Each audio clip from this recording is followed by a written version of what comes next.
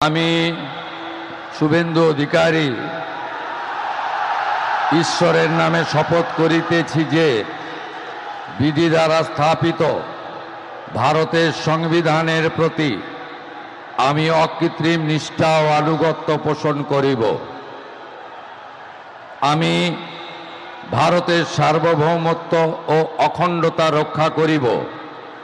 পশ্চিমবঙ্গ রাজ্যের মুখ্যমন্ত্রী রূপে আমার কর্তব্যসমূহ নিষ্ঠাপূর্বক এবং বিবেকসম্মতভাবে নির্বাহ করিব এবং ভয় বা পক্ষপাত প্রীতি বা বিদ্বেষ রহিত হইয়া সকল শ্রেণীর জনগণের প্রতি সংবিধান ও বিধি অনুসারে ন্যায় আচরণ করিব।